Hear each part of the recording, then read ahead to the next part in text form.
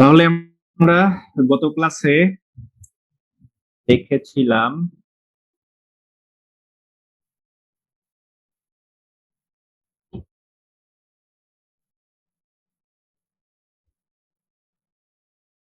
যে আমাদের যদি তোমার কোনো একটা কলাম সিন্ট্রিক্যালি লোডেড হয় তখন সেটার তোমার পি এবং এম অর্থাৎ লোড এবং মোমেন্ট কিভাবে বের করব তার ফর্মুলাগুলো আমরা দেখেছিলাম। তো আমরা যখন লোড এবং মোমেন্ট পেয়ে যাব সেই লোড এবং মোমেন্ট দিয়ে আমরা যদি সেই ডায়াগ্রাম বলা হয়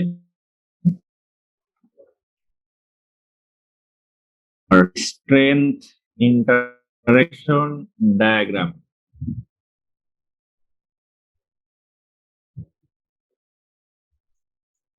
তো এই স্ট্রেংথ ইন্টারেকশন ডায়াগ্রামটার আসলে কাজ কি? ঠিক আছে, দেখো আমরা যে পিএন এবং এম এন পেয়েছি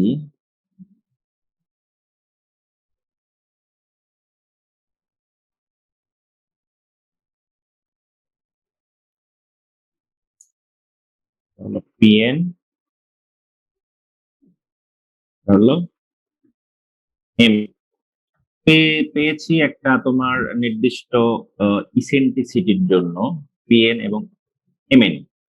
এরকম আরো যদি বিভিন্ন ইসেন্ট্রিসিটির অর্থাৎ ই এর বিভিন্ন মানের জন্য ই এর তোমার বিভিন্ন মানের জন্য যদি আমরা পিএন এবং এমএন বের করি, ধরো ই এর কিছু ছোট মান ধরলাম, তারপরে ধীরে ধীরে বাড়াইলাম, বাড়াইতে বাড়াইতে একটা নির্দিষ্ট পর্যায়ে ই এর মান ইনফিনিটি পর্যন্ত, অর্থাৎ ইকুয়াল টু 0 টু ইনফিনিটি।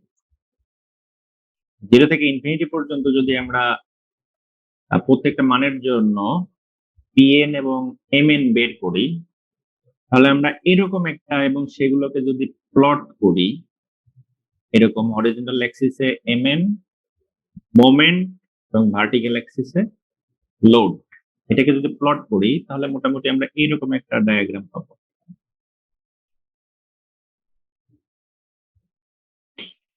ঠিক আছে, বই আছে সুন্দর করে। এটা হলো P0, এটা M0,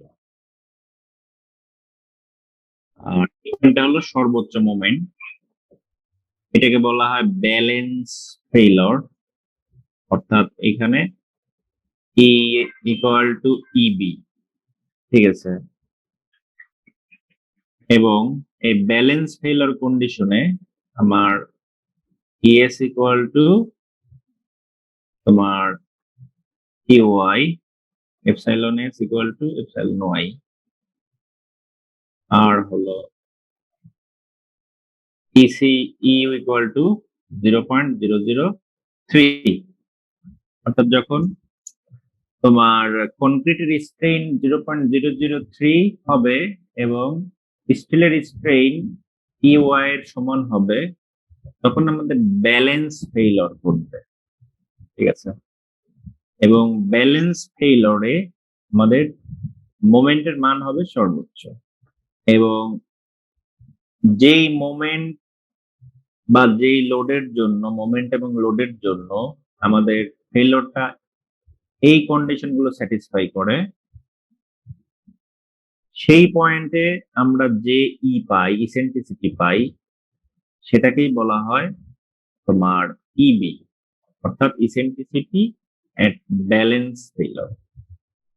ঠিক আছে, যখন আমরা ব্যালেন্স ফেইলরটা পেয়ে যাই তখন আমরা দেখো দুইটা রেজন পাই। ঠিক আছে, এই পাশে একটা স্যার আমি রেজন। জিনিসটা কি বুঝতেছি না, মানে আসলে এটা প্রথম তো যেটা বলছিলেন যে যদি জিরো আর ইনফিনিটি হয় তাহলে পিএন আর এমএন এর জন্য একটা কার্ভ পাবো, সেটা হচ্ছে এরকম হবে। জিরো এবং তো ইনফিনিটি না, জিরো থেকে ইনফিনিটি। মানে প্রথমে জিরো জিরো, থেকে তারপরে ধরো তুমি 5 বসালে, 10 বসালে, 20 বসালে, এরকম জি স্যার। তোমার যে কটা মান দরকার 0 থেকে ইনফিনিটির মধ্যে আমি অনেকগুলো মান পাবো, তো আমি হাজার হাজার মান পাবো, জি স্যার। বুঝো নাই? জি স্যার, তো আমি তারপরে আমার ধরো জায়গাটা কি করছেন? সুবিধা মতো আমার 10-12টা ইয়ের 10-12টা মানের জন্য আমি কি বলে আমার পিএন এবং এমএন বের করব, সেই মানগুলো আমি বসাইলে তখন আমার বিভিন্ন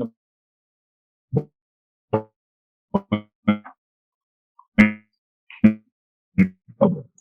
ঠিক আছে, ধরো আমার কোনো মোমেন্ট স্যার তৈরি হবে না।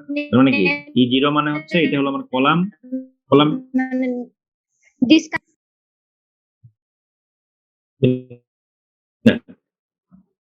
কলাম আমি কলামের সেন্টারে যখন লোডটা বসাবো তখন কিন্তু এর মান 0।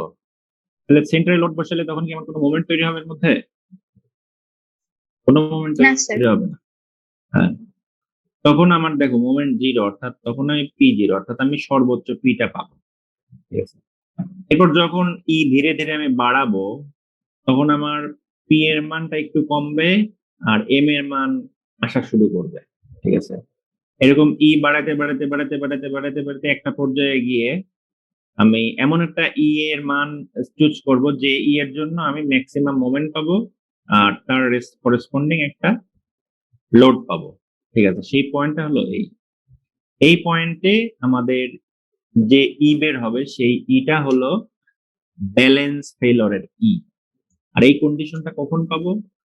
আমাদের যখন স্টিলের স্ট্রেইন তোমার এর কি বলে ইল ইল পয়েন্ট ফেল, কি বলে তোমার ইউআই, ইউআই মানে হচ্ছে কি ইউআই ইকুয়াল টু তোমার F Y Yes. By S, F Y by S, তাই না? ঠিক আছে, তো এই কন্ডিশনে যাবে এবং কনক্রিট তার সর্বোচ্চ স্ট্রেইনে যাবে, তখনই আমাদের ব্যালেন্স ফেল কন্ডিশন। ঠিক আছে, মানে স্টিলও ফেল করবে সাথে সাথে কনক্রিটও ফেল করবে, ওটাই তো ব্যালেন্স কন্ডিশন। তো এই ব্যালেন্স ফেইলার কখন ঘটবে? যখন আমার এই যে সর্বোচ্চ মোমেন্ট এবং করেসপন্ডিং তোমার পাবো, লোড পাবো।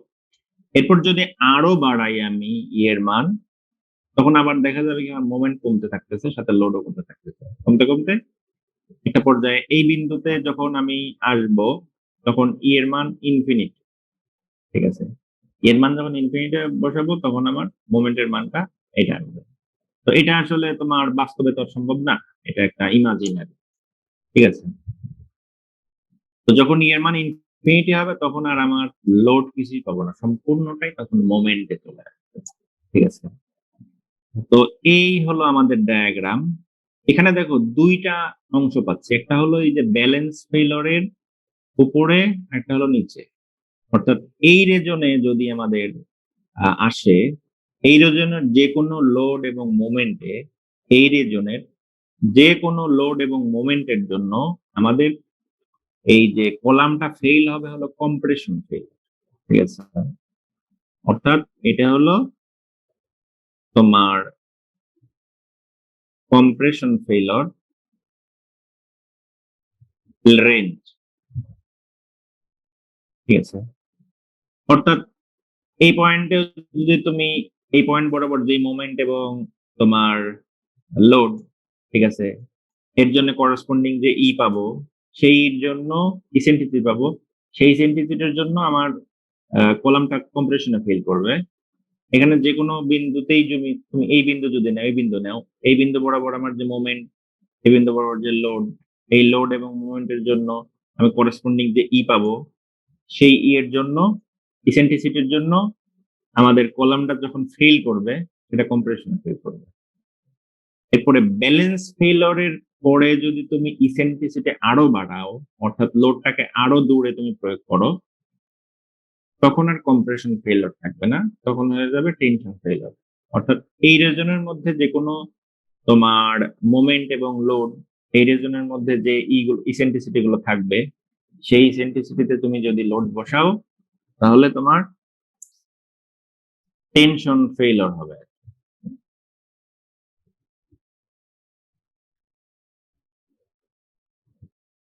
Tension failure range. ঠিক আছে,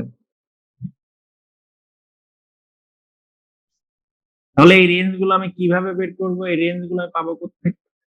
তার জন্য আমাকে এট ফার্স্ট এই যে ব্যালেন্স ফেইলর কোথায় হবে, আমি তো যদি ব্যালেন্স ফেইলরটাকে বের করতে পারি, তাহলে আমার ব্যালেন্স ফেইলর রেসপেক্টে আমি বলে দিতে পারবো যে এই রেঞ্জে আমার কম্প্রেশন ফেইলর আর এই রেঞ্জে টেনশন ফেইলর।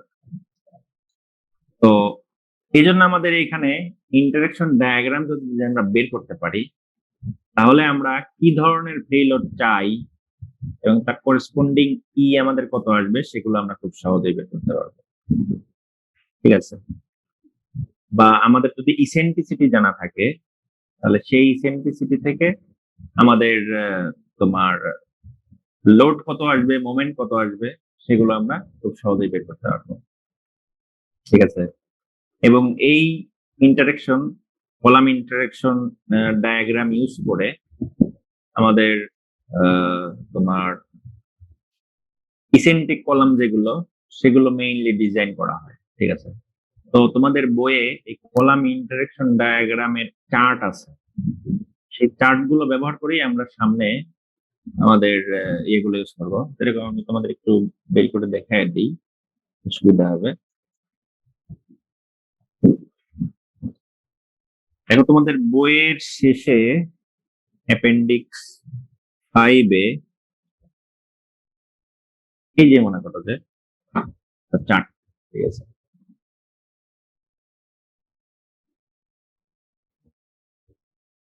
এই যে উপরের দিকে, এই উপরের দিকে হলো আমার, দেখো কেন, কেন এখানে একটু মডিফাই, পিএনটাকে মডিফাই করে নেওয়া হয়েছে যে PN by A prime C AG. ঠিক আছে? PN by A prime C AG or PU by phi A prime C AG, এটাকে বসানো হয়েছে কারণ এজি এবং এ প্রাইম সি এগুলো তো আমাদের কি বলে ডিজাইন এরিয়া, এটার রেসপেক্টে এই ডায়াগ্রাম গুলো অঙ্কন করা হয়েছে। আর এই যে তোমার হরিজন্টালি আরএন, আরএন মানে হচ্ছে পিএনই, পিএনই মানে হলো মোমেন্ট। ঠিক আছে? MN, MN by A prime C AGH, এই ভ্যালুর রেসপেক্টে আমাদের এখানে ডায়াগ্রামটা ড্র করা হয়েছে। তো দেখো এই যে ই এর বিভিন্ন মানের জন্য এই যে একটা ই বাই এইচ ইকুয়াল টু 1, তারপরে ই বাই এইচ ইকুয়াল টু 0.05, তারপরে ই বাই এইচ ইকুয়াল টু 0.04। ঠিক আছে? তাহলে আমি যদি আমার ই বাই এইচ অর্থাৎ ইসেন্ট্রিসিটি জানি, সেইখান থেকে আমি সহজে আমার যেই বিন্দুতে সেট করতেছে সেই বিন্দু থেকে আমি মোমেন্ট এবং লোড কিন্তু খুব সহজেই বের করতে পারবো। আবার যদি আমি মোমেন্ট এবং লোড জানি, ঠিক আছে, বেন্ডিং মোমেন্ট এবং তোমার লোড জানি, সেখান থেকেও কিন্তু আমি কি বলে এই যে এই রেশিও বের করে, এই রেশিও বের করে এবং PN by F prime C AG এই রেশিওটা বের করে দুইটা যেই বিন্দুতে মিলিত হচ্ছে সেই বিন্দুতে এই যে তোমার ই বাই এইচ, ঠিক আছে, এগুলো আমি খুব সহজেই বের করতে পারবো। এই সবগুলো যখন বের হয়ে যাবে তখন আমরা খুব সহজেই এই যে তোমার এজি বের করতে পারবো। এজি যখন বের করতে পারবো সেখান থেকে আমার এখানে তোমার এই যে রোজির দেওয়া আছে, যে এই যে দেখো রোজি, রোজি ইকুয়াল টু 0.01 হলে এই ডায়াগ্রামটা, 0.02 হলে এই ডায়াগ্রাম, তারপরে 0.03 হলে এই ডায়াগ্রাম। প্রত্যেকটা রোজির জন্য আমাদের আলাদা আলাদা ডায়াগ্রাম আছে। আমাদের যত রোজি, সেই রোজির রেসপেক্টে আমাদের কতটুকু রেইনফোর্সমেন্ট লাগবে সেগুলো আমরা খুব সহজেই বের করতে পারবো। ঠিক আছে? তো এই জন্য আমাদের কলাম ইন্টারেকশন ডায়াগ্রামটা দরকার ইসেন্ট্রিক্যালি কলাম ডিজাইনের জন্য। এই জন্য আমাদের এই ডায়াগ্রামটা তৈরি করতে হবে। তো আমরা একটা কলাম ইন্টারেকশন ডায়াগ্রাম তৈরি করব, ওরা শিখবো কিভাবে করতে হয়। তো তার আগে জাস্ট এই তোমার ডায়াগ্রামটা একটু দেখায় নিলাম, স্যার আমাদের রোজির কেন ব্যাপারটা এটা বুঝলাম লাগবে। না। বুঝি না? রোজি এর ব্যাপারটা বুঝলাম না স্যার, মানে আবার রোজি কেন আসলো? আমরা তো স্যার মানে পিএন আর এমএন এর ভ্যালু থেকে স্যার পাইলাম স্যার ই এর value, E by H, H এর ভ্যালু তো আছে, বাট হচ্ছে রোজি এর বিষয়টা বুঝি নাই স্যার। তোমার যদি ই জানা থাকে, ঠিক আছে, এখন তুমি তো একটা রোজি অ্যাজিউম করে নিতে হবে না? ধরো তুমি 2% বা 3% রোজি ধরে নিলে, ঠিক আছে, জি স্যার। 2% বা 3%, আমাদের ডিজাইন প্রসিডিউর আছে যে প্রসিডিউরে গেলে সহজে ইউজ করতে পারবো। জাস্ট ডায়াগ্রামটা দেখে রাখো। আমাদের দুই ধরনের প্রসিডিউর আছে, একটি বাই এইচ এর রেসপেক্টে ডিজাইন করতে হয়, আরেকটা হলো তোমার ওই যে রোজি এর রেসপেক্টে ডিজাইন করতে হয়। তো আমরা যখন ডিজাইন করব তখন রোজি এবং ই বাই এইচ এর কি কাজ সেগুলো আমরা খুব সহজেই বের করতে পারবো। ঠিক আছে, এখন আপাতত মানে ইন্টারেকশন ডায়াগ্রামটা তো বুঝছো জি স্যার। যে আমরা ই এর বিভিন্ন মানের জন্য আমাদের বেন্ডিং মোমেন্ট এবং কি বলে অ্যাক্সিয়াল ফোর্স, এই দুটার কি বলে মান বের করে আমরা যদি ডায়াগ্রামে প্লট করি তখন এইরকম একটা কার্ভ পাই। ঠিক আছে, তো এই কার্ভ যখন পেয়ে যাব, এই কার্ভ ইউজ করে আমরা আমাদের কলাম ডিজাইন করতে পারবো। এই জন্য আমাদের এই কার্ভটা প্রয়োজন হয়। ঠিক আছে, তো এখন আসি আমরা এই কার্ভটা কিভাবে আসলে কনস্ট্রাক্ট করব। ঠিক আছে, তো এই কার্ভটা কনস্ট্রাক্ট করার জন্য আমাদের সর্বপ্রথম যেটা দরকার সেটা হলো প্রথমে ইবি বের করা দরকার। ঠিক আছে, অর্থাৎ ব্যালেন্স ফেলার।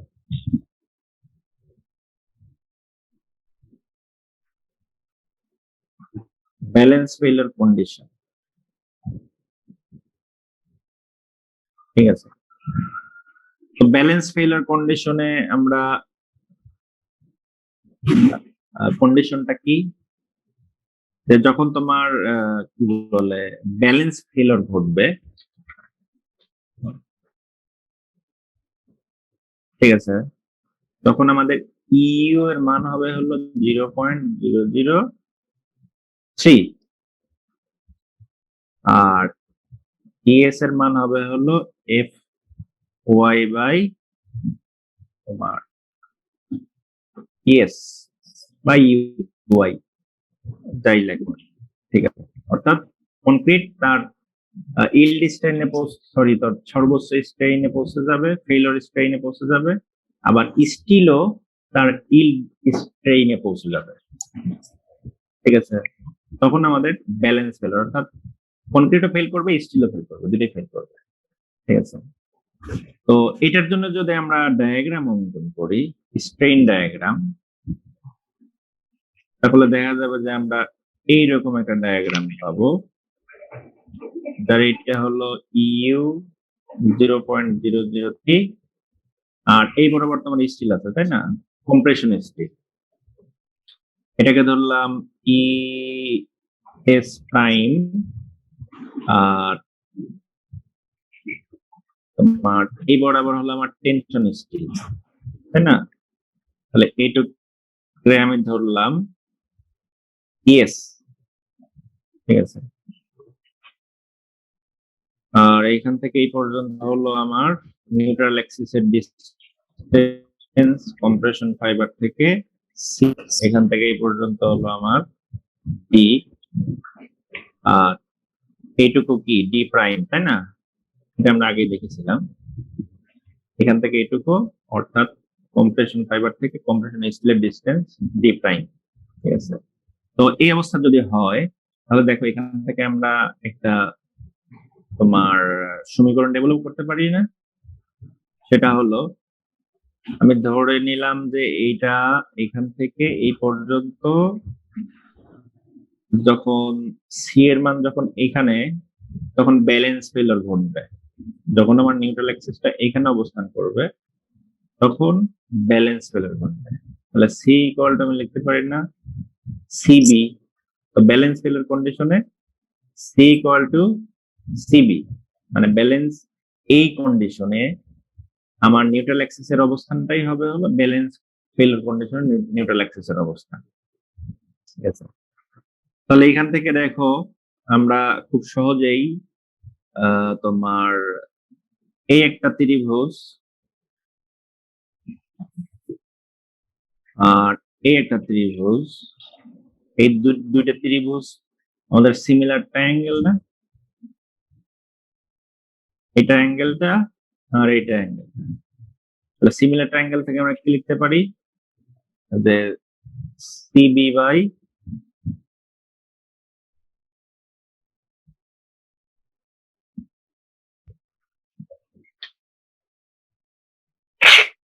সিবি বাই ডি,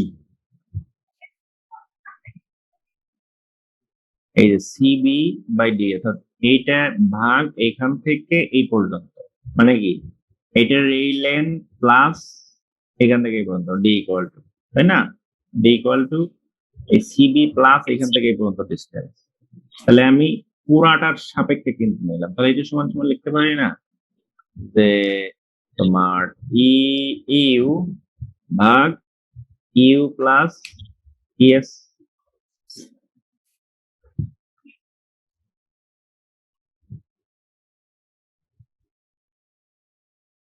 বুঝছো?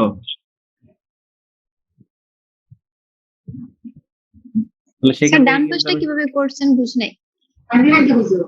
এই যে দেখো আমি প্রথমে এই সি ভাগ এখান থেকে এই পর্যন্ত নিলাম, তার মানে কি এই ত্রিভুজের এই বাহু প্লাস এই ত্রিভুজের এই বাহু ডি, সিবি বাই ডি, তার মানে সিবি ভাগ এই ত্রিভুজ প্লাস এই ত্রিভুজের এই বাহু।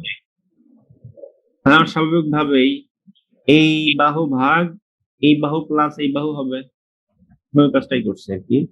তাহলে সিবি ভাগ D equal to G sir বুঝছি। ইউ ভাগ ইউ প্লাস এর।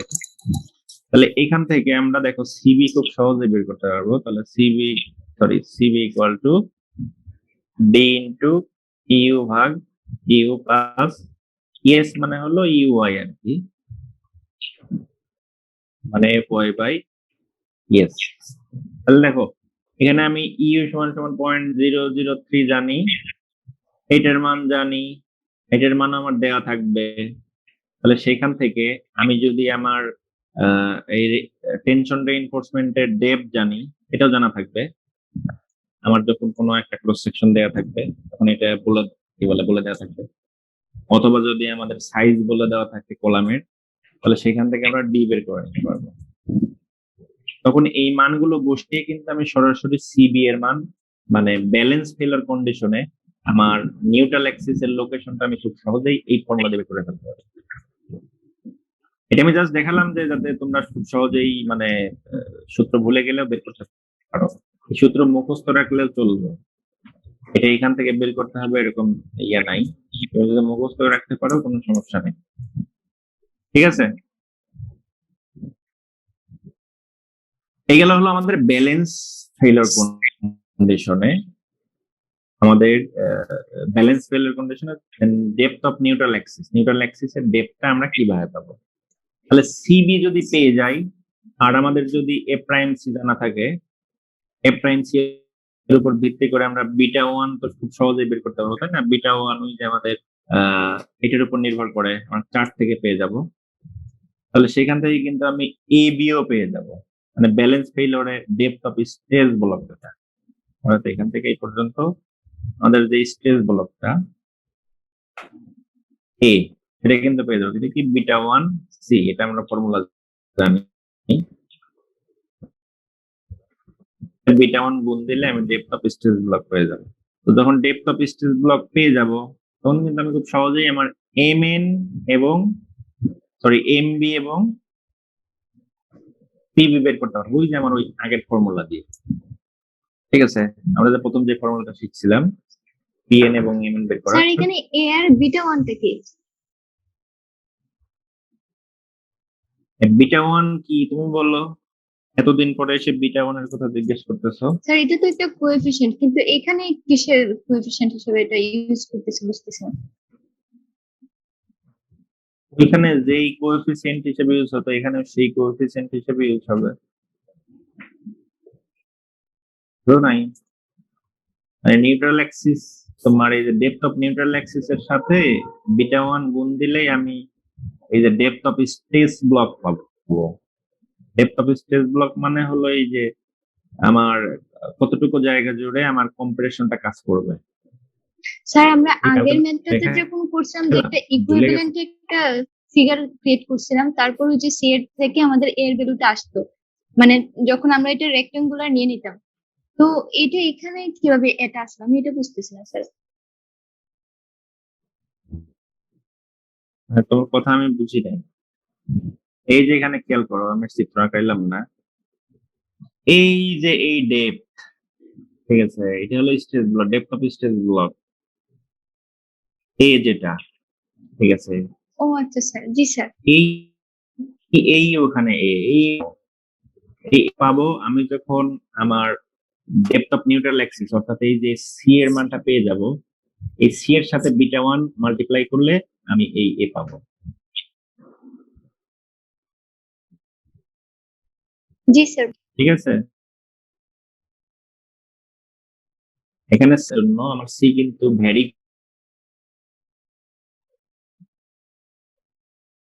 আমার ইসেন্ট্রিসিটি বাড়ায় সি কমে যাবে, আবার ইসেন্ট্রিসিটি কমাইলে তখন সি এর মান বাড়বে। ঠিক আছে, তো এটাই এই যে এই এ, ঠিক আছে, তাহলে এখান থেকে আমি এ পেয়ে যাবো। এ পেয়ে গেলে তখন আমি এই যে এই ফর্মুলা ইউজ করে এই যে 0.85 A prime C A B, এই যে এ বের করে নিলাম, আর বি তো আমাদের জানা থাকবে ক্রস সেকশনাল ডাইমেনশন, আর S prime F S prime, তারপরে এস এফ এস, এগুলো তো আমাদের জানা থাকবে। সেখান থেকে আমরা টিবি এবং এমবি বের করে ফেলবো। ঠিক আছে, তো এখন আমার কোশ্চেন হচ্ছে এখানে এস এস প্রাইম পাইলাম, কিন্তু এফ এস প্রাইম এবং এফ এস এই দুটা কি, এই দুটা আমি কোথেকে পাবো, তাই না? এই দুটো তো আমার আমাদের জানি, এটা তো আমি কোথেকে পাবো? তো এই দুটো বের করার জন্য আমার আবার ওই সেই তোমার স্ট্রেন কম্পাটিবিলিটি যেতে হবে, মানে এই ইয়েতে যেতে হবে, আবার একটা তোমার স্ট্রেন ডায়াগ্রাম অঙ্কন করি। ঠিক আছে, এটা হলো ইউ, স্যার খাতার একটু করে। আর এটা হলো আমার কম্প্রেশন স্টিল। ঠিক আছে, এটা হলো ইএস প্রাইম, আর এটা হলো টেনশন স্টিল, রিস্ট্রেইন ইএস। ঠিক আছে, এখান থেকে এই পর্যন্ত সি, আর এখান থেকে এই পর্যন্ত হলো ডি, আর এইটুকু হলো ডি প্রাইম। ঠিক আছে, তাহলে দেখো এইটার এই যে কম্প্রেশন স্টিলের স্ট্রেস, কম্প্রেশন স্টিলের স্ট্রেস সেটা হচ্ছে এফ এস প্রাইম, আর টেনশন স্টিলের স্ট্রেস হলো এফ এস। ঠিক আছে, তাহলে কম্প্রেশন স্টিলের এই স্ট্রেস এফ এস প্রাইম, তো সেটা আমরা কিভাবে বের করব? তাহলে প্রথমে আমরা আসি তোমার স্ট্রেন কম্পাটিবিলিটি। তাহলে প্রথমে যদি আমরা এইটা বের করতে চাই, এফএস বের করতে চাই, তাহলে কি করতে হবে? এটার স্ট্রেইন আগে বের করে নিতে হবে। ঠিক আছে, তাহলে ইএস কিভাবে পাবো? এই যে সিমিলার ট্রায়াঙ্গেল আর এই সিমিলার ট্রায়াঙ্গেল। ঠিক আছে, তাহলে আমরা কি পাই? যে ইএস বাই ই ইউ। ঠিক আছে, এই যে ইএস বাই ইউ, অর্থাৎ এই বাহু ভাগ এই বাহু ইকুয়াল টু, কি লিখতে পারি? এই বাহুর দৈর্ঘ্য কত এখান থেকে এই পর্যন্ত? ডি মাইনাস সি, তাই না? D minus C divided C. তাহলে সেইখান থেকে আমরা ইএস ইকুয়াল টু কি পাই? U D minus C by C, তাই তো? তাহলে এফ এস ইকুয়াল টু আমরা কি জানি? ES into modulus of elastic, তাই না? তাহলে এখানে ইএস এর মানটা বসিয়ে দাও, কি হচ্ছে? U ES into D minus C by C. তাহলে এই ফর্মুলা দিয়ে আমরা আমাদের এফএস বের করব। বিমের ক্ষেত্রে তো স্যার সেম ফর্মুলায় বের হয়েছিল। হ্যাঁ, বিমের ক্ষেত্রে সেম ফর্মুলাই, ঠিক আছে, ওই ফর্মুলাই আর কি। তাহলে সেম একইভাবে আমরা এফএস প্রাইম বের করব কেমনে? একইভাবে এই যে এই দুইটা ট্রায়াঙ্গেল থেকে নেবা, এই একটা ট্রায়াঙ্গেল আর এই যে ভিতরে ট্রায়াঙ্গেল, আমরা কি লিখতে পারি ES prime by EU equal to তোমার এইটুকু কত C মাইনাস D প্রাইম, তাই না?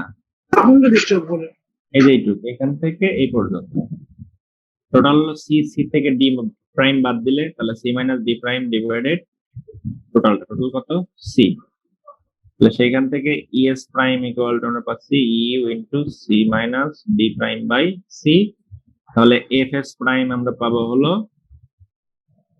EU ES C minus D prime by C। এই ফর্মুলাটা ইউজ করে আমরা আমাদের কম্প্রেশন স্টিলের স্ট্রেসটা বের করব, কারণ এগুলো আমাদের চেক দিতে লাগবে।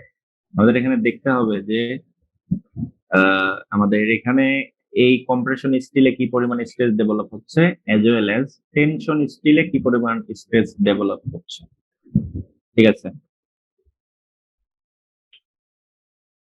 তখন আমরা এই এফএস এবং এফএস প্রাইম এইগুলা দিয়ে আমরা এই যে আমাদের ওই ইকুয়েশনে বসিয়ে এমএন এবং তোমার পিএন বের করতে হবে, ঠিক আছে?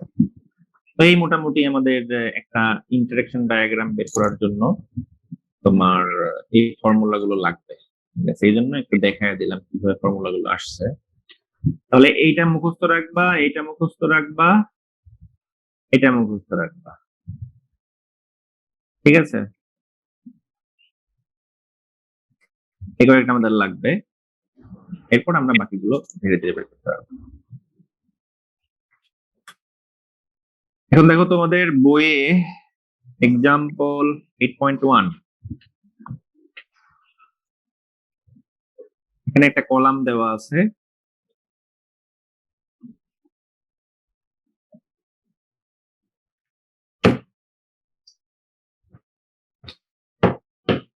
একটা 12 ইঞ্চি বাই 20 ইঞ্চি কলাম দেয়া আছে,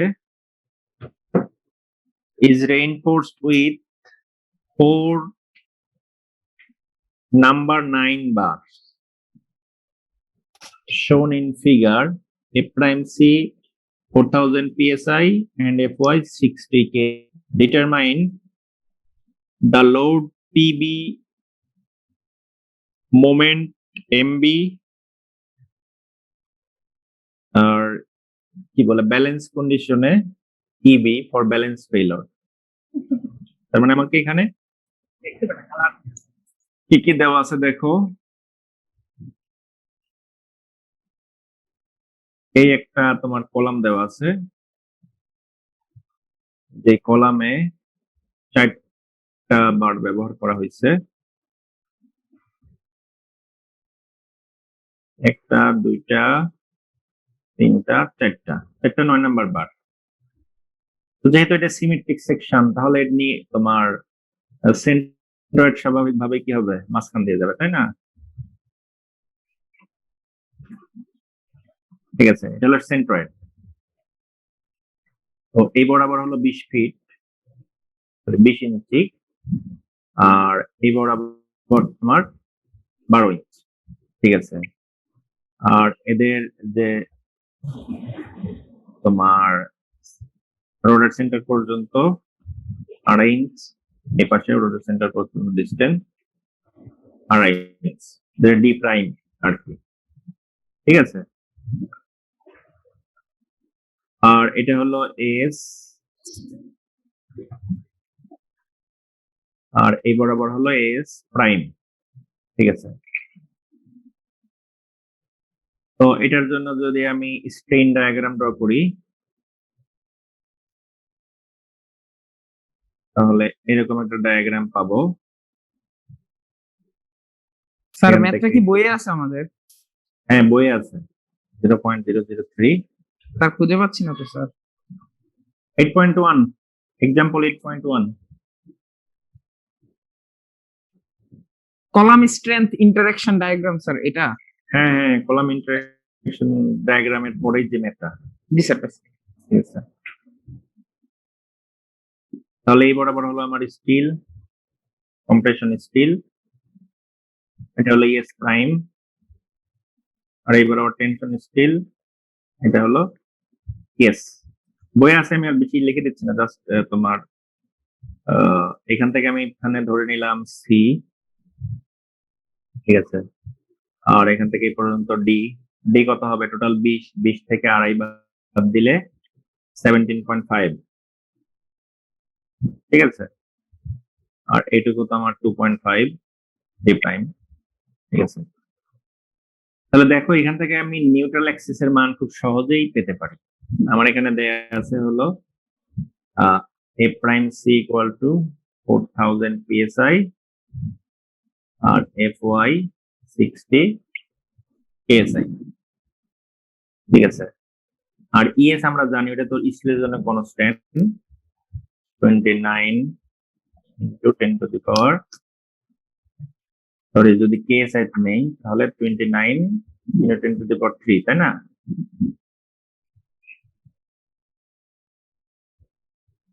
এত কেএসআই, ঠিক আছে।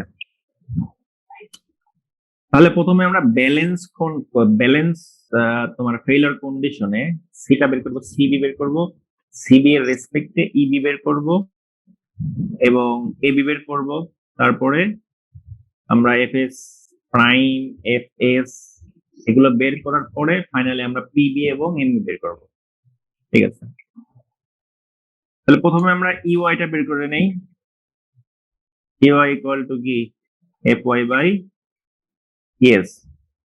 তাহলে 60 divided 29 into 10 to the power 3 এ করলে আসে 0.0021।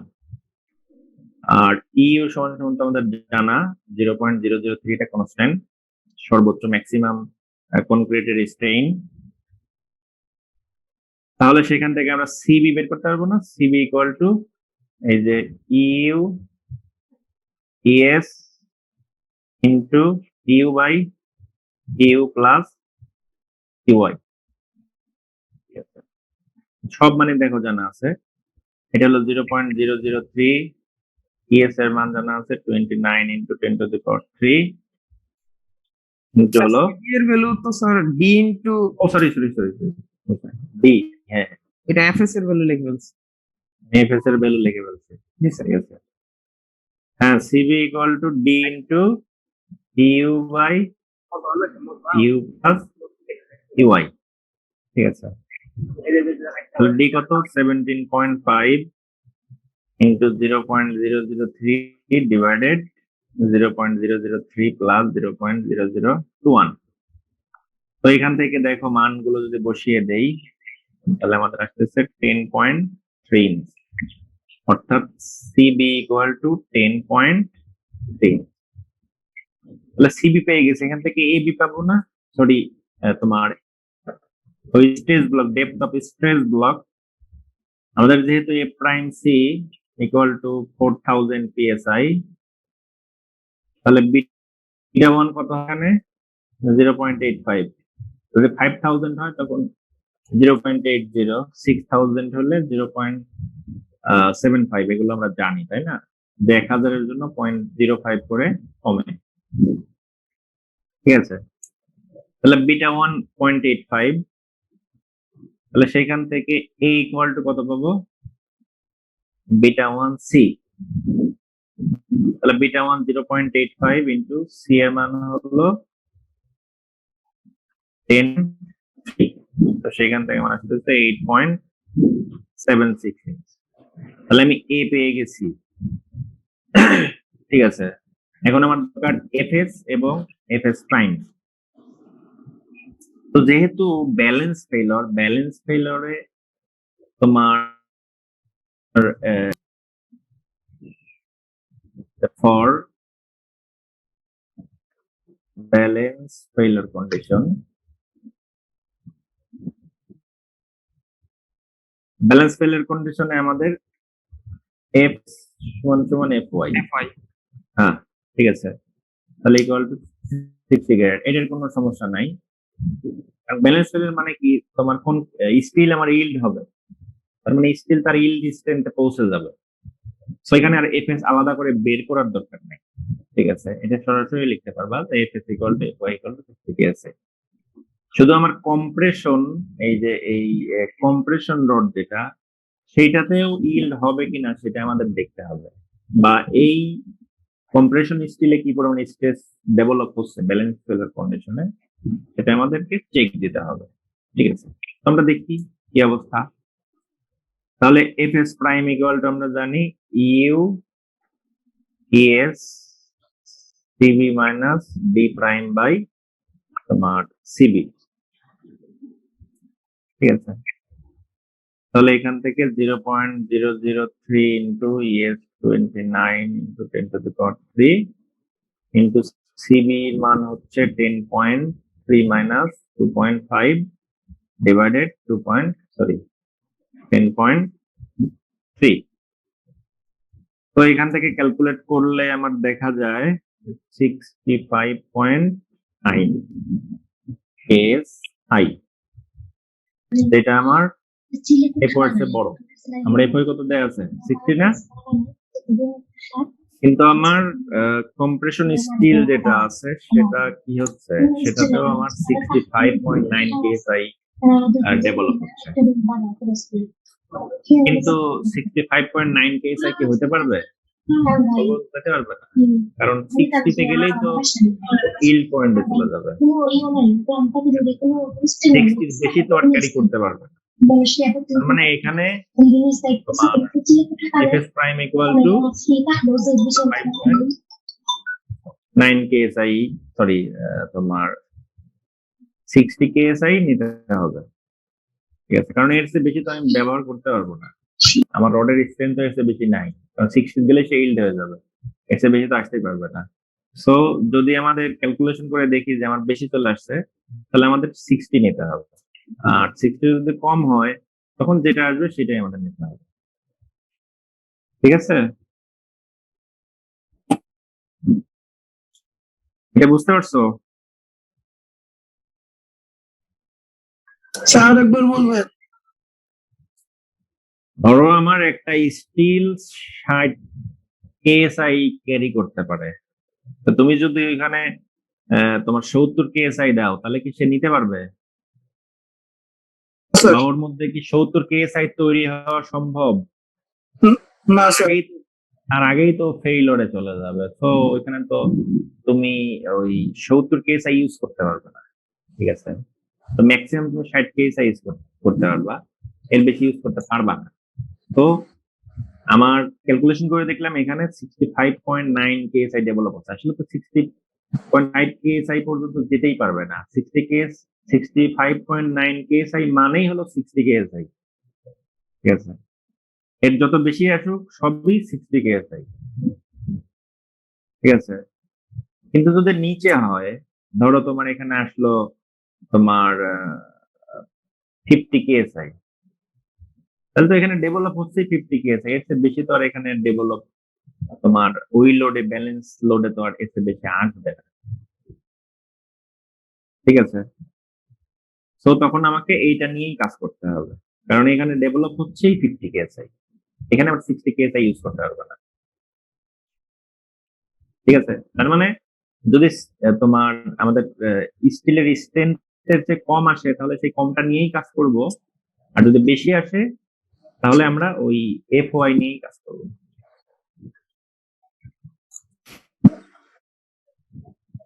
ঠিক আছে,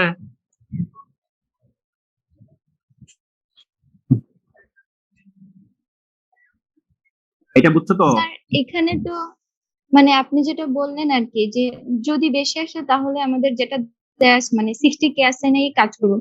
তো এই ক্ষেত্রে তো স্যার আমার লাগতেছে 65.9 আর আমি দিচ্ছি 60, সেটা কিভাবে কাজ করবে? না না না না, মানে আমার তো বেশি দিচ্ছে, আমি তোমার ওখানে লাগবে বেশি, আমরা দিচ্ছি কম। তোমার ওইটা লাগতেছে যেটা তোমার আসছে 65.9 কেএসআই, ওই 60 কেএসআই স্টিল নেয়ার পরে বাকিটা তো নেবে না, ও কনক্রিটের ভিতর ছেড়ে দেবে, বাকিটা কনক্রিট নেবে।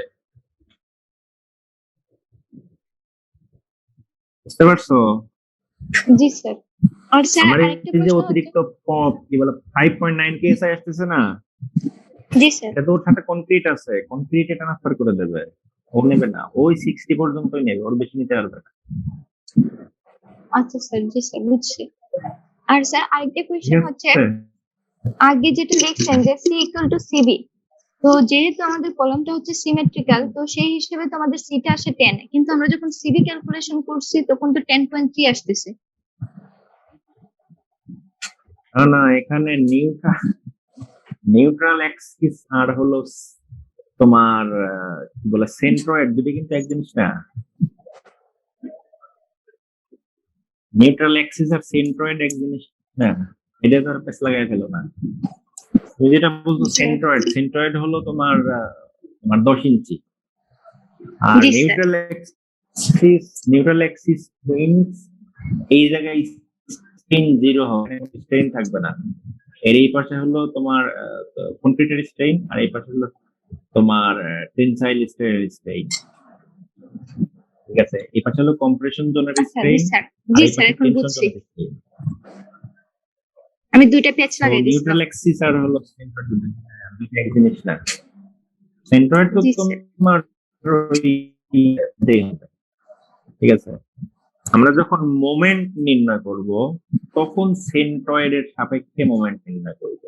ঠিক আছে, জি স্যার। এই আর কি। ওকে, তাহলে এখন আমরা দেখো আমাদের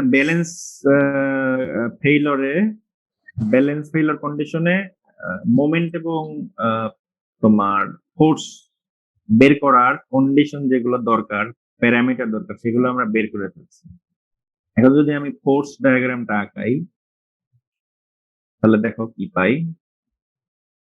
এটা হলো আমাদের সিজি। এই যে এখন আমরা সিজি থেকে নেব। ঠিক আছে, এই পাশেও 10, এই পাশেও 10। ঠিক আছে, তো এখান থেকে এই পর্যন্ত আমি ধরলাম যে আমার কনক্রিটের স্ট্রেস ডেভেলপ হয়েছে, অর্থাৎ এটা হলো আমার 0.85 প্রাইম সি। আর এই বরাবর ধরলাম আমার কম্প্রেশন স্টিলের stress S prime F S prime. ঠিক আছে, আর এই পাশে হলো আমার স্টিলের স্ট্রেস, স্টিলের উপর ভিতরে যে ফোর্স ডেভেলপ হচ্ছে সেটা এফএস। ঠিক আছে, এখন আমি এইখান থেকে মোমেন্ট নেব। ঠিক আছে, তো প্রথমে আগে আমি আমার পিটা বের করে নেই। তাহলে পি বি ইকুয়াল টু কত হবে?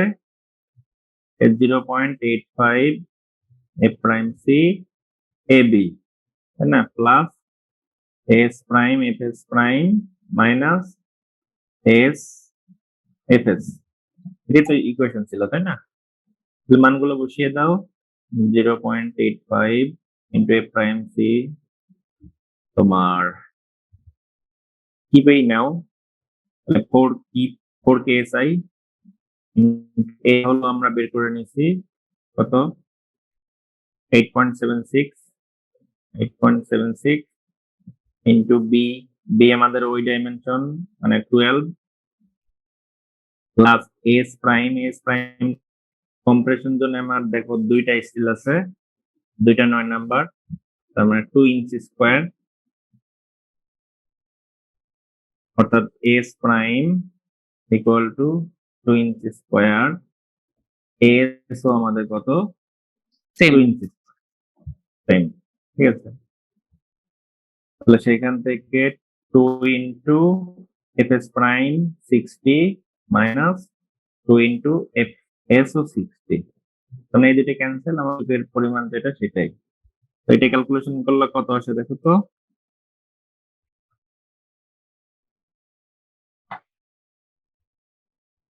এটা আসে হলো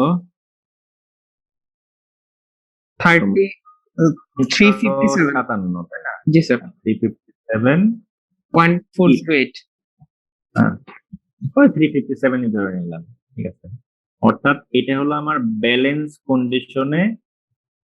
ফেইলার কন্ডিশনে পি এর মান। ঠিক আছে, এখন আমি এম বি বের করব।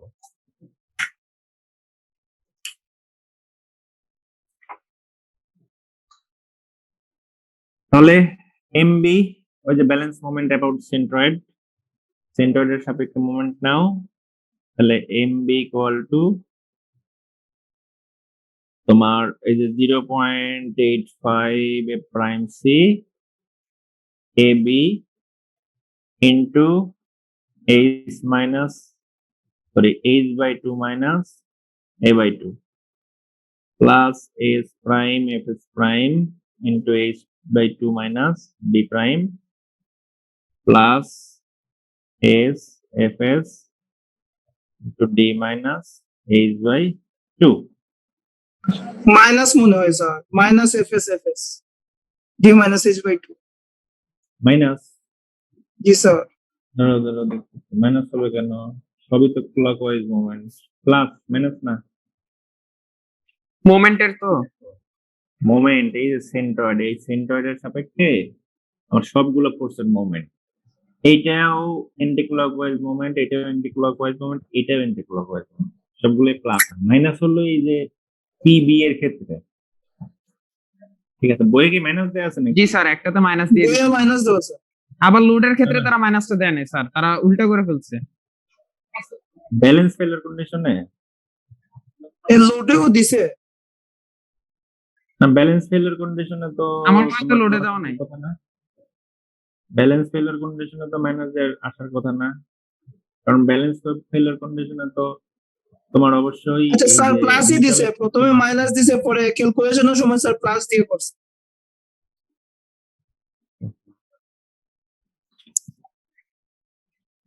ওকে।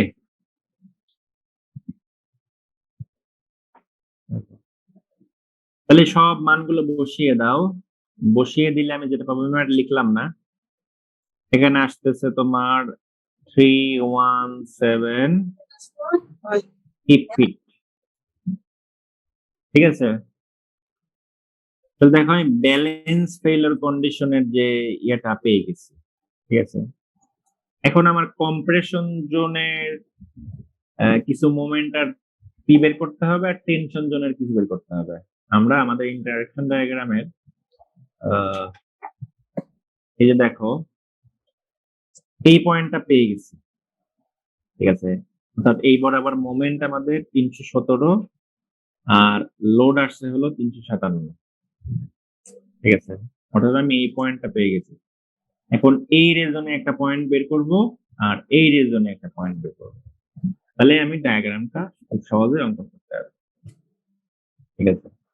তাহলে এই রিজনে আমার কি ই স্মল আর এই রিজনে ই লার্জ, তাই না? এই রিজনে আমার ইটা কিন্তু স্মল, ই স্মল, এখানে ই লার্জ, মানে ই যত বেশি হবে তত টেনশনের দিকে যাবে, আর ই যত কম হবে, ইসেন্ট্রিসিটি যত কম হবে কম্প্রেশন ফেইলিউরের দিকে যাবে, ঠিক আছে? তো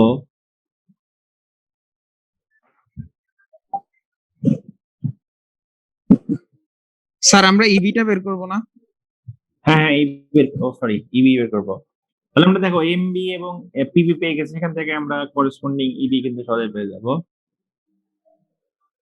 করেসপন্ডিং ভাগ করে দেব। EB equal to MB by PB. তাহলে এমবি আমার কত আছে?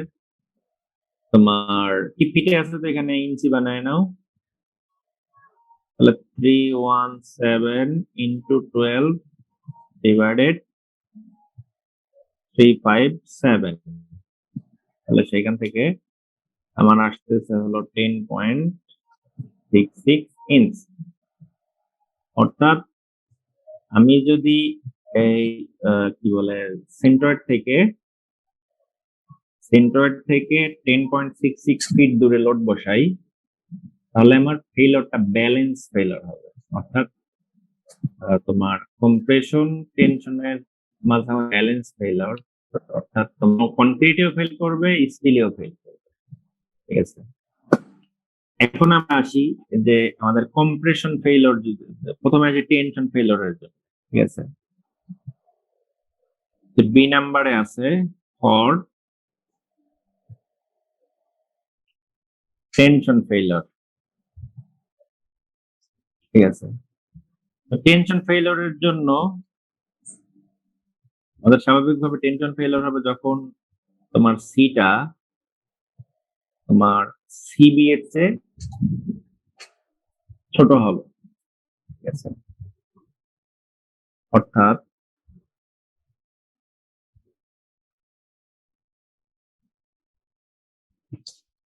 আমাদের এই যে কম্প্রেশনের স্ট্রেইন যত কম হবে, ঠিক আছে, টেনশনের স্ট্রেইন তত বেশি হবে, অর্থাৎ তখন টেনশন ফেইলার হবে। অর্থাৎ তোমার সি এর মান যখন সিবি এর চেয়ে আমার ছোট হবে তখন আমার টেনশন ফেইলার করবে, ঠিক আছে।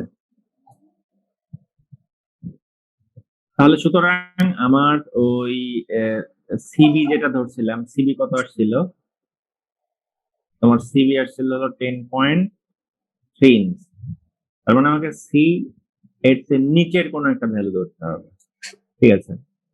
আমি ধরে নিলাম যে সি ইকুয়াল টু 5 ইঞ্চ, ঠিক আছে, সি ইকুয়াল টু 5 ইঞ্চ। তাহলে আমার টেনশন ফেলার ঘটবে, অর্থাৎ এই লোক তোমার তোমার নিউট্রাল অ্যাক্সিস এর লোকেশন যত ছোট হবে টেনশন ফেইলরের সম্ভাবনা তত বেশি হবে, আর নিউট্রাল অ্যাক্সিস এর লোকেশন যত বড় হবে আমার কম্প্রেশন ফেইলর ঘটার তোমার বলে রিজনে তখন চলে যাবে, ঠিক আছে। স্যার আমরা কি বলো। এই যে 5 ইঞ্চিটা কি মানে ওই 6 ইঞ্চি থেকে ছোট ধরছি এই জন্য? না, এই যে 10.3 ইঞ্চের ছোট ধরছি। ব্যালেন্স ফেইলরের যে তোমার নিউট্রাল অ্যাক্সিস এর লোকেশন তার চেয়ে ছোট ধরলে আমরা টেনশন ফেইলর পাবো, আর যখন বড় ধরবো তখন কম্প্রেশন ফেইলর পাবো, ঠিক আছে। জি স্যার। সি ধরে নিছি। হ্যাঁ, এটা একটা ধরে নিতে হবে, ঠিক আছে, কারণ আমরা ব্যালেন্স ফেইলরের কন্ডিশনে এম এ তোমার মোমেন্ট এবং লোড বের করছি, কিন্তু কম্প্রেশন জোনে লোড বের করতে হবে, মোমেন্ট বের করতে হবে, টেনশন জোনে লোড বের করতে হবে, মোমেন্ট বের করতে হবে। তো আমরা যেহেতু জানি যে আমাদের কি বলে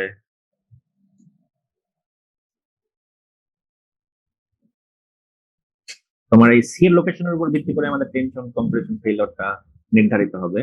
তো এই জন্য যখন এই যে সিটা সিবি এর চেয়ে ছোট হবে তখন টেনশন ফেইলর, সি যখন সিবি এর চেয়ে বড় হবে তখন কম্প্রেশন ফেইলর। তো যেহেতু আমরা টেনশন ফেইলরটা বের করতেছি, তো আমরা এখানে সিটাকে সিবি এর চেয়ে ছোট বসাইতে হবে। এই জন্য আমি এখানে এই সি ইকুয়াল টু 5 ইঞ্চি ধরে নিলাম। কেউ 6 ইঞ্চি ধরতে পারো, 7 ইঞ্চি ধরতে পারো, কোনো সমস্যা নাই, ঠিক আছে।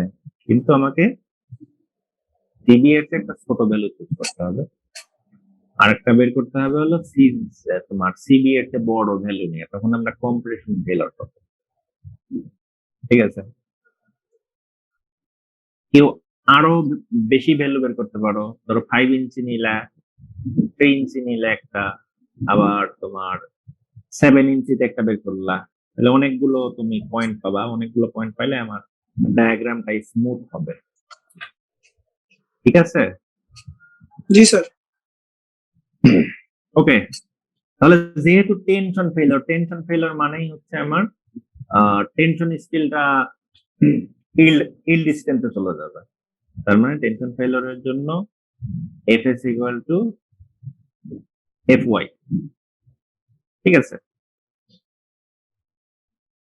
শুধু আমাদের এখানে কম্প্রেশন ফেইলর, যেহেতু তোমার টেনশন ফেইলর হচ্ছে কম্প্রেশন জোনে স্ট্রেস কম আসবে, তাহলে কম্প্রেশন জোনের যে স্টিল, এই স্টিলের স্ট্রেসটা আমাকে আগে বের করে নিতে হবে, ঠিক আছে। তাহলে এটা ইকুয়াল টু তোমার 60 কেএসআই, বাড়ি লাও। ঠিক আছে, for compression steel stress fs prime. তাহলে fs প্রাইম আমাদের কত আসতেছে, ওই যে ওই আগের সূত্রই, আমরা সূত্র লিখলাম না, 0.003 29,000 into 5 minus C minus D prime 2.5 divided 5। তো এখান থেকে ক্যালকুলেশন করলে আমাদের আসতেছে হলো 43.5 কেএসআই, ঠিক আছে। দেখো টেনশন ফেইলরের কারণে আমাদের কম্প্রেশন স্টিলের ডেভেলপমেন্ট স্টেজ খুবই কম চলে আসছে, ঠিক আছে। ব্যালেন্স ফেইলারে কিন্তু অনেক বেশি চলে আসছিল, তাই না? কিন্তু কমপ্লিট টেনশন ফেইলারের কারণে এখানে স্ট্রেস অনেক কমে গেছে। তো আমার এখন এই স্ট্রেস ব্যবহার করে আমার এই ফোর্সটা বের করতে হবে, ঠিক আছে? তাহলে এখানে এ বের করে নেই, এ ইকুয়াল টু বিটা 1 সি, তাহলে 0.85 ইন্টু সি হলো 5 ইঞ্চি, সেখান থেকে আসবে 4.25 ইঞ্চ, তাহলে সেখান থেকে আমরা পিএন পাবো তোমার ওই জায়গার ফর্মুলা ইউজ করবা, ফর্মুলা ইউজ করে ফাইনালি যেটা পাবো সেটা লিখে দিচ্ছি। তোমার 173 প্লাস 2 ইন্টু 43.5 মাইনাস 2 ইন্টু 60, এখান থেকে আমার আসতেছে 140 keeps. Similarly mn equal to আমরা পাবো হলো তোমার 243 কিপ ফিট। বই করে দেওয়া আছে, আমি আর এখানে লিখে দিচ্ছি না, একটা ডিটেইল লিখছি, এখানে ডিটেইল লিখতেছি না। তো এর করেসপন্ডিং কি পাবো হলো mn বাই pn, তাহলে mn হলো তোমার এই যে 243 ইন্টু 12 ডিভাইডেড p হলো 140, সেখান থেকে আমার আসতেছে 20.83 ইঞ্চ, ঠিক আছে? দেখো আমাদের কিন্তু ইবি কত আসছিল, ইবি আসছিল 10.66 ফিট, ঠিক আছে? আর ই এর মান দেখা এখানে অনেক বেড়ে গেছে, তার মানে ইবি যেহেতু ই বেড়ে গেছে, তার মানে এখানে আমার টেনশন ফেইলিওর হচ্ছে, আমরা সহজেই বুঝতে পারতেছি, ঠিক আছে? কারণ ই যত বাড়বে আমার বিম কলামটা তত টেনশন ফেইলিওরের দিকে তোমার মুভ করবে, ঠিক আছে? এবার আমরা কম্প্রেশন ফেইলিওরের জন্য পয়েন্ট বের করব, ঠিক আছে? এবার সি তে আসি, যে ফর কম্প্রেশন ফেইলিওর,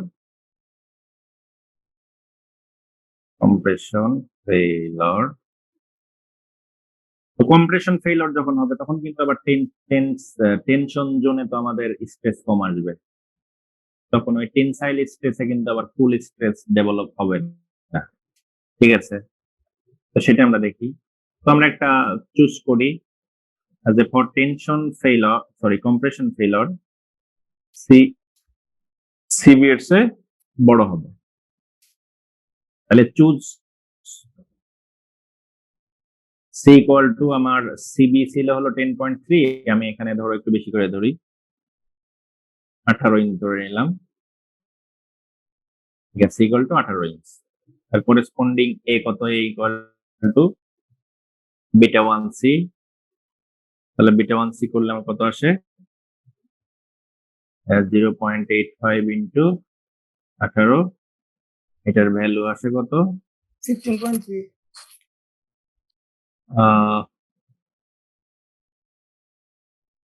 15.3, তাই না? 15.3 ইঞ্চ। তাহলে এখন করেসপন্ডিং আমার FS equal to US into D minus C divided C, তাহলে কত আসতেছে 0.003 ইন্টু তোমার ইএস হলো 29,000 ইন্টু ডি 17.5 মাইনাস 18 ডিভাইডেড 18, তো এখান থেকে আমার আসতেছে -2 কেএসআই। এখানে -2 কেএসআই মানে কি বুঝতেছে বলো তো? স্যার এটা মানে উল্টা দিকে যাবে আর কি। হ্যাঁ, উল্টা দিকে যাবে, কারণ আগে আমাদের কি ছিল, ফোর্সটা এদিকে ছিল Compression. হলো কম্প্রেশন ফোর্স, ঠিক আছে? এটা ছিল কম্প্রেশন স্টিল, আর আমাদের এটা ছিল টেনশন স্টিল এই দিকে, তাই না? তো এখন এইদিকে না হয় কোন দিকে হবে, এইদিকে হবে, কারণ এই দিকে ধরে আমি দেখতেছি যে নেগেটিভ, নেগেটিভ মানে উল্টা দিকে হবে, ঠিক আছে? তো উল্টা দিকে যখন হবে তখন কি দেখো, যখন আমি পি বের করব তখন এইটা উপরের দিকে, আমার এইটা উপরের দিকে, এটা উপরের দিকে, মানে সবগুলোই কি হবে, সবগুলোই প্লাস হবে। এখানে আর ওই যে এএসএফএস মাইনাস হবে না, এখানে এএসএফএস ও প্লাস হবে, ঠিক আছে? এই আর কি।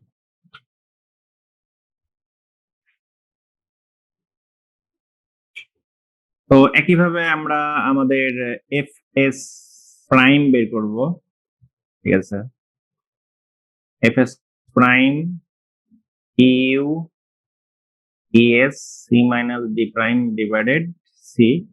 তো এটা ক্যালকুলেশন করলে আমাদের আসবে হলো 75, যেটা কত, তোমার এফ এর চেয়ে বড়।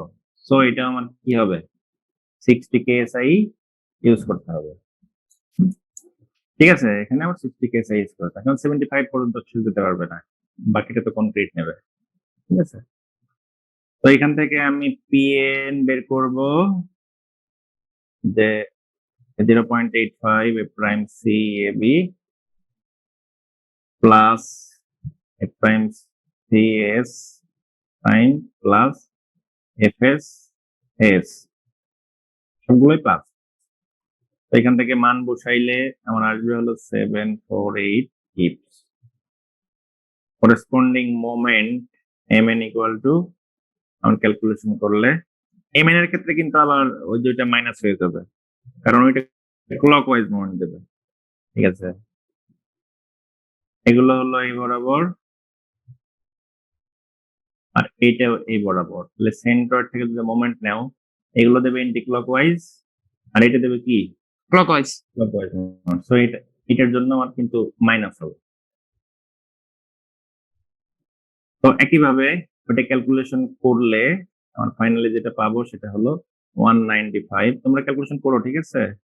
ঠিক, আমি লিখে দিচ্ছি না, প্রসেসটা বলে দিচ্ছি। তাহলে E equal to M N by PN, সেখান থেকে ই আসবে 3.12। দেখো এখানে ই এর ভ্যালু আমার ব্যালেন্স ফেইলরের চেয়ে কম চলে আসছে, তার মানে কি এখানে দেখেই বুঝতে পারতেছি যে ইসেন্ট্রিসিটি যেহেতু কম, এখানে আমার কম্প্রেশন ফেইলরই হবে, ঠিক আছে? তাহলে আমি টেনশন জোনের ই পি তারপরে এম বের করছি, কম্প্রেশন জোনেরটা বের করছি, ব্যালেন্স ফেইলর কন্ডিশনে বের করছি। এখন যদি আমি সবগুলা বসিয়ে দিই, ও আর একটা এখানে বের করব, সেটা হলো আমাদের যদি সরাসরি তোমার ই ইকুয়াল টু 0 হয়, ঠিক আছে? ই ইকুয়াল টু যখন 0, অর্থাৎ যখন একদম একজিয়ালি তোমার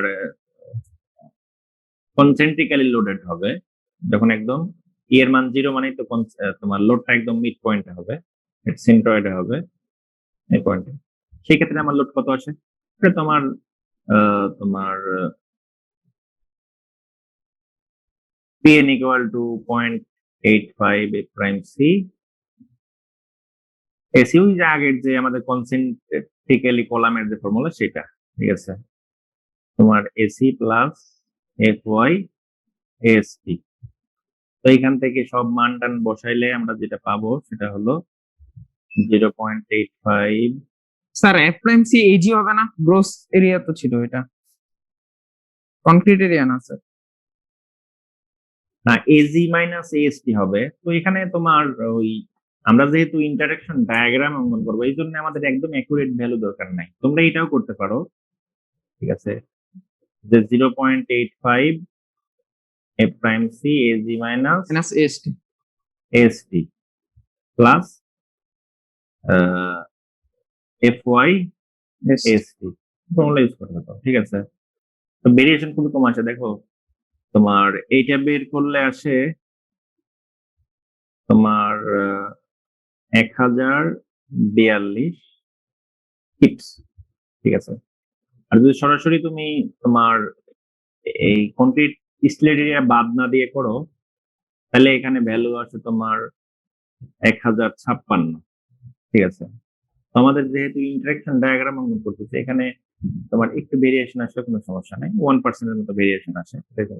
তো তুমি দুইটার যে কোনো একটা ইউজ করলেই হবে, ঠিক আছে? কিন্তু যখন তোমরা কনসেন্ট্রিক্যালি বিম ডিজাইন করবা তখন কিন্তু এই ফর্মুলাটাই ইউজ করবা, ঠিক আছে? ওকে, তাহলে দেখো আমরা আমাদের সব ভ্যালু পেয়ে গেছি। এখন এই ভ্যালুগুলো এই বরাবর mn আর এই বরাবর হলো pn, এখানে যদি বসিয়ে দাও তাহলে এইরকম একটা ডায়াগ্রাম আমরা পেয়ে যাব, যার এই পয়েন্টটা হলো EB, ঠিক আছে? অর্থাৎ এই বরাবর আমার কত আসতেছে, mn আসছে হলো, MB আসছে 300, কত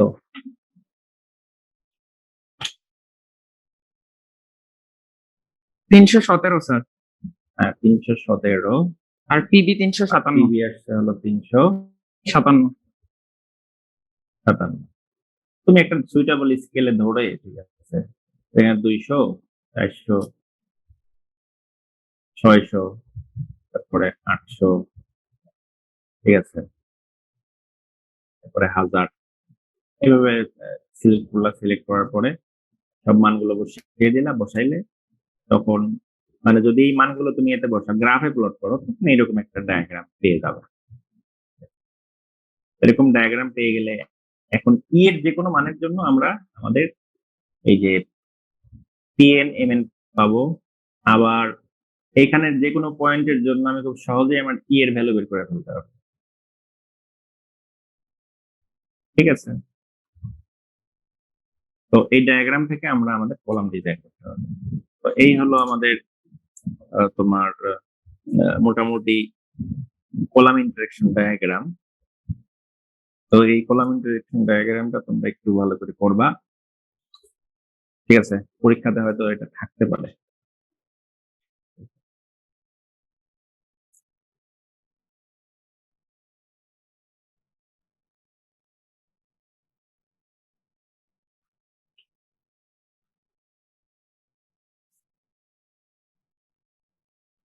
তো এই মোটামুটি ইন্টারেকশন ডায়াগ্রাম আজকে এই পর্যন্ত থাক, কালকে আমরা ডিজাইন দেবো, অনেক সময় ক্লাস নেওয়া হয়ে গেছে। আমরা নেক্সট ক্লাসে এই ইসেন্ট্রিক্যালি কলাম ডিজাইন দেখব। আমাদের বইয়ের দুইটা ডিজাইন দেয়া আছে, সেই দুইটা ডিজাইন আমরা দেখব। এর মধ্যে তোমরা ওই যে দেখো, তোমাদের কিছু হোমওয়ার্ক দিয়ে দেই।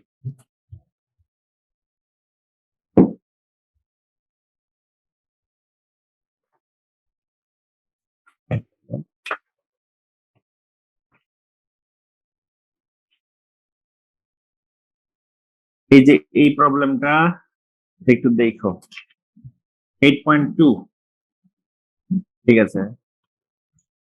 এইটা করলেই বুঝতে পারবা যে ওই যে তুমি যে কোশ্চেনটা করছিলা নিশাত, ঠিক আছে, যে আমরা তো চারদিকেই তোমার রেইনফোর্সমেন্ট ইউজ করি, ঠিক আছে? তো যদি আমাদের শুধু দুই পাশে রেইনফোর্সমেন্ট লাগে তো আমরা এই দিকেও সমান রেইনফোর্সমেন্ট কেন কি বলে দেয় কেন, ঠিক আছে? তো আসলে এই যে এই বরাবর যে রেইনফোর্সমেন্ট গুলো আছে এইগুলোতে অনেক তোমার স্ট্রেস কম আসছে, ঠিক আছে? মানে আমার এই বরাবর এই রো গুলোর রেইনফোর্সমেন্ট এত দরকার হয় না, ঠিক আছে? তো এই 2 নম্বর অঙ্কটা দেখো, এখানে প্রত্যেকটা রোতে কি পরিমাণ স্ট্রেস ডেভেলপ হয়েছে সেগুলো দেখানো আছে এবং এর যে কনক্লুশনটা দেওয়া আছে সেটা একটু পড়ো, ঠিক আছে? তাহলে তোমরা এই যে 8.2 এক্সাম্পল 8.2 এই প্রবলেমটা নিজেরাই করবা, ঠিক আছে? রাইট কোশ্চেনটা স্যার বললে স্যার ভালো হতো স্যার। এটা কোশ্চেন তো আজকে এই পর্যন্ত থাকবে, স্যার বলো।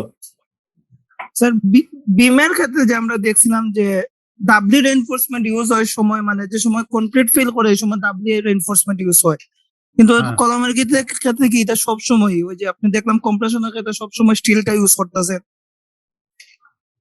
না না, কলাম তো তোমার তুমি যদি তোমার কনসেন্ট্রিক্যালি কলাম ডিজাইন করো, এটা তো সবসময় কম্প্রেশনেই ফেল হবে। আর যখন তুমি ইসেন্ট্রিক বিম ডিজাইন করবা, তখন তোমার টেনশনে ফেল হতে পারে, ঠিক আছে? কিন্তু কলাম সবসময় কম্প্রেশনে ফেল হবে, এটাই আমরা চাই, ঠিক আছে? আচ্ছা কারণ স্যার। কলামটাকে ডিজাইনই করা হয় কম্প্রেশন মেম্বার হিসেবে। তো এটা টেনশন ফেলোর হোক, এটা আমরা চাই না, ঠিক আছে? কিন্তু ওই যে ইসেন্ট্রিক লোডের কারণে বেন্ডিং চলে আসে, এই জন্য আমরা ওই তোমার বেন্ডিং এর জন্য কিছু ডিজাইন দেখাতে হয় এখানে, যাতে বেন্ডিং এ ফেল না করে, ঠিক আছে? জি স্যার। এই আর কি। আর বিম আমরা সবসময় ডিজাইন করি যে এটা চেষ্টা করি যে এটা সবসময় তোমার টেনশনে টেনশনে ফেল করবে, হ্যাঁ, কম্প্রেশনের জন্য ফেল না হয়। কারণ কম্প্রেশনে ফেল হলে এটা মানে বোঝা যায় না, ওয়ার্নিং পাওয়া যায় না, হুট করে ফেল করে। আর টেনশনে ফেল হলে কি হয়, প্রথমে ক্র্যাক ডেভেলপ করবে, ক্র্যাকটা ধীরে ধীরে বাড়বে, বাড়তে বাড়তে রড যখন তার আলটিমেট স্ট্রেংথে পৌঁছে যাবে, তারপরে কিন্তু ওই বিমটা ভাঙবে, তার আগে বিম ভাঙবে না। তো তুমি ক্র্যাক দেখেই তুমি ওখান থেকে খুব দ্রুত সরে যেতে পারবে। কম্প্রেশন ফেলিওর হলে কি হবে, তোমার ক্র্যাকটা কিছু দেখা যাবে না, সামান্য একটু ক্র্যাক আসবে নাকি ধাস করে ভেঙে যাবে। এই জন্যই তোমার বিম সবসময় তোমার টেনশন রিইনফোর্সমেন্টের ডিজাইন করা হয়। কিন্তু যেখানে তোমার ওই যে সাইজ রেস্ট্রিকশন দেয়া হয়, সেই জায়গাতে তো যদি লোড বেশি চলে আসে, তখন তো আর তুমি আন্ডার রেইনফোর্সমেন্টে ডিজাইন করতে পারবা না। সেই ক্ষেত্রে আমরা ওই যে ডাব্লু রেইনফোর্স বিম হিসাবে ডিজাইন করে থাকি, ঠিক আছে? জি স্যার। ওকে, ঠিক আছে, তাহলে আজকে পর্যন্ত থাক। এইটা ভালো করে করো, প্র্যাকটিস না করলে কিন্তু পারবা না, মনে থাকবে না কিছু। একবার করে করো, করলেই পারবা।